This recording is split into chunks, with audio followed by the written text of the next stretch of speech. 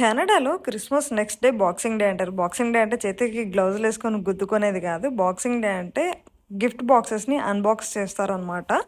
So మంచి deals ఉంటాయి, మంచి మంచి డిస్కౌంట్స్ ఆఫర్స్ ఉంటాయి మన ఫెస్టివల్ సీజన్ లాగా.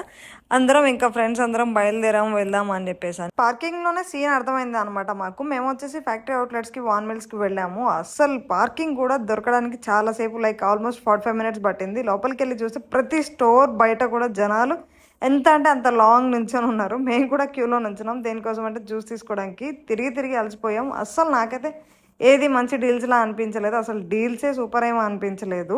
ప్రశాంతంగా ఫుడ్ ఏదైనా తీసుకొని కూర్చుందామంటే ఫుడ్ కోర్ట్ అయితే అస్సలు కాలు తీసి కాలు పెట్టలేని అంతమంది జనాలు ఉన్నారనమాట. కెనడాలో ఇంతమంది జనాలు ఎక్కడి నుంచి వచ్చారా అనిపించింది. ఇంత తెలివి తక్కువ పని ఇంకెప్పటికీ చేయొద్దని చెప్పేసి స్ట్రాంగ్గా ఫిక్స్ అయిపోయాం అనమాట. వీడియో నచ్చితే సబ్స్క్రైబ్ చేయండి. Thank you for watching and like మాత్రం చేయండి ప్లీజ్. Bye bye.